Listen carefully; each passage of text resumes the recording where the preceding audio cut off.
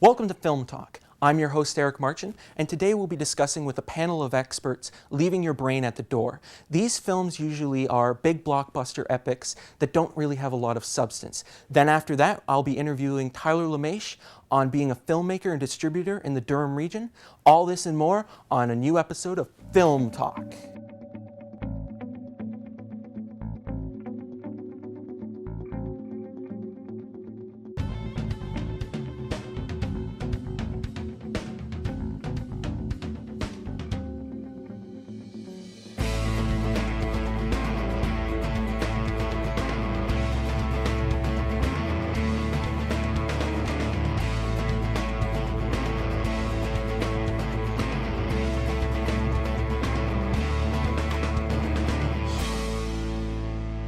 Welcome back to Film Talk. Today on my panel we will be talking to Tyler LeMaitre, Christina Johnston, and Peter Smith about Leaving Your Brain at the Door, films that don't have much plot but big explosions. Let's start off the conversation with Michael Bay movies. Tyler, what are your thoughts? Yeah, hate him. I can't stand Michael Bay or his films. It's really it's a thing where they're looking to make money.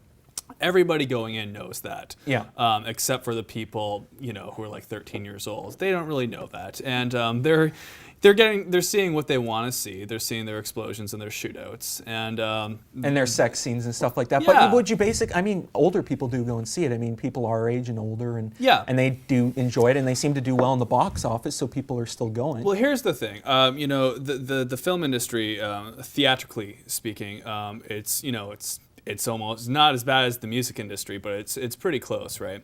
So we're coming up with new ways to get people in, and I love going to the movies.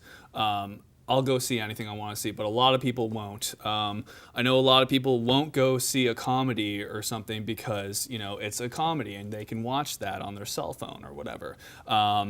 People want the experience. That's what they're paying a little bit extra for. For the spectacle. That's why 3D is getting huge. That's why IMAX is huge. They want to see The Dark Knight and all these films. But The Dark Knight is a much smarter, well-constructed film compared to a Michael Bay movie. It's still awesome though. It's still spectacular. Yeah. So it's that fine line of do I want to pay $12 to go see a movie that's going to make me laugh a little bit, or am I going to really go see something that's going to shake me up? So it's more so about experience than the experience of the film than checking yourself and your brain in at the door. Okay, Peter, what do you think?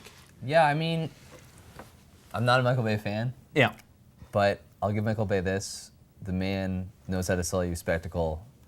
Like Armageddon and Transformers. Michael Bay's set pieces may be hard to follow. Yeah, but a little bit. There's a lot going on. The money's always on the screen with Michael Bay movie. A lot of explosions, a lot of gratuitous violence. I hated Transformers too, but it's probably one of the worst movies ever made. I mean, there's no plot to it. But it unfortunately, to burst your bubble, it is probably one of the worst films in plot anyways. But in design, it does have its action sequences and it can be hard to follow at times. Yeah. But then you look at another movie like Die Hard, which is an actually really well-made film, but he keeps coming back and survives everything that's been thrown at him. So what do you guys think of that? I mean, Christina, do you have any thoughts on that? Die Hard movie? Yeah. Well, I like the last one, but it's kind of like the ridiculous, and that's all it is just explosions. Yeah. It doesn't make you think. And the CG effects in there are getting less and less believable. Maybe it's because I've seen too many of the films, but I don't know about you guys. Mm-hmm. I think it's just a curse of it being the fourth film. I mean, it's McClane in Die Hard 1's a building, Die Hard 2's an airport, Die Hard 3 is the city, Die Hard 4 felt like it was the entire state. Yeah. You know what I mean? It's like, well, next will be the world. world, yeah. right? So McClane's got to take on, buildings, not just buildings blowing up, states blowing up, right? Yeah. It kind of echoes the topic, really, because, people know that once you get into 3 or 4 or 5 movies that they're just calling it in, right? You're not going to get the first, Indiana Jones or whatever, right? Yeah. So people are checking their brains at the door again because they're they want to see those characters that they fell in love with 15, 20 years, earlier. And they're like, well, whatever. Kurt Russell's a little overweight and he's close to death, but I want to see him play that character. So it's kind of in the same family, I think. I mean, you look at something like John Carpenter's Escape from L.A. versus Escape from New York, and exactly. How that changes completely the style of Escape from New York. But I just kind of wish that those films lived up to the original, but they never do, and especially if Very, it takes very time rarely. between the original to the next one, like Tron or something like that. Yeah. Yeah, I had this debate the other night with my friends who does really like Michael Bay. He thinks Michael. Here we go. What's his name? His name's Craig, and Where's he live? A little nod to You Craig. should've done that. but he kind of like he likes the formula. I mean, Yeah. I'll say this: Michael Bay, if you expect the formula, he always gives it to you.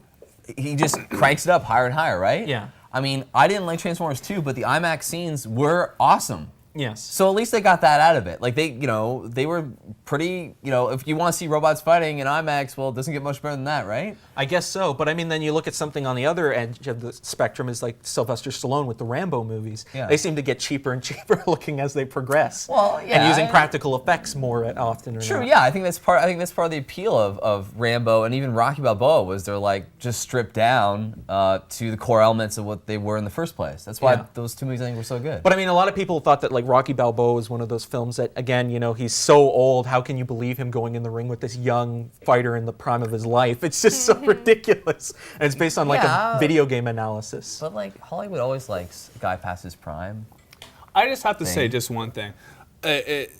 I don't think it's the worst thing to do once in a while because I think people like to just have a laugh and relax sometimes. Yeah. And they don't want to be provoked. They've had a long week and they just want to chill out. And I think every once in a while we need to do that. We need to have a very To escape from the empty reality. laugh, Yes. So every once in a while I think it's just fine. But to do it every weekend is just it's a sadness. To have the industry depend on it. Yes. is Yes. the- But that's right. where it seems to be Yeah. going, though. Yes, I mean, I agree. realistically, we're looking at films like Michael Bay movies that do make a lot of money, Yeah. and then the smaller films that do have a lot of thought put into them and are well written, don't get the chance to be made. I mean, even someone like Guillermo del Toro, who makes action films, has substance to them, but they don't get made that often. You can't necessarily blame them too, because No. the state of the film industry, commerce people is- need to just make money. Yeah. So why take a chance on an artsy film?